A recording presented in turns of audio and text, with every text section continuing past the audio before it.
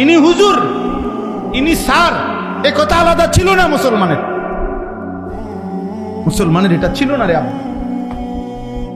বেঈমান আমাদেরকে দিয়ে দিয়েছে, ব্রিটিশ আমাদেরকে আলাদা করে দিয়েছে। আজকে আমরা তাকায়া তাকায়া দেখি তোমরা আমাদের ভাই, অথচ তোমাদের চুল বেঈমানের মতো। আমরা আফসুস করি, তাকায়া থাকি। তোমরা আমাগরে নিয়ে হাসি ঠাট্টা করো, তোমরা মোল্লা নিয়া হুজুর নিয়া হুজুরের কথা নিয়া তোমরা মজাক করো।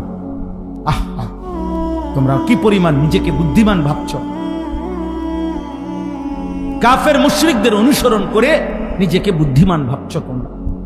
আফসোস, আফসোস। মাত্র সর্বোচ্চ 3 থেকে 5% ছাত্র, ছেলে মেয়ে মুসলিম বর্তমানে মাদ্রাসায় পড়ে।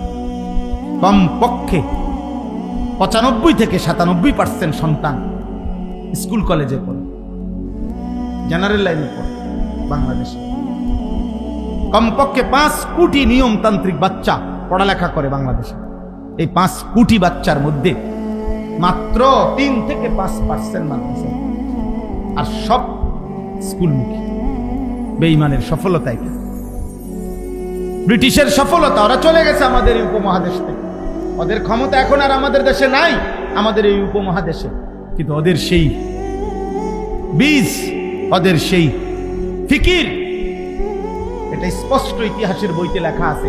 ব্রিটিশ বলে গেছিল, আমরা এই উপমহাদেশে এমন শিক্ষা দিয়ে গেলাম, এমন শিক্ষানীতি পড়ালেখা দিয়ে গেলাম, অচিরেই এই উপমহাদেশের এই পড়ালেখা করে আমাদের রক্তে মাংসে হবে ভারতীয় এই উপমহাদেশের, আর চিন্তায় চেতনায় হবে ইংরেজ।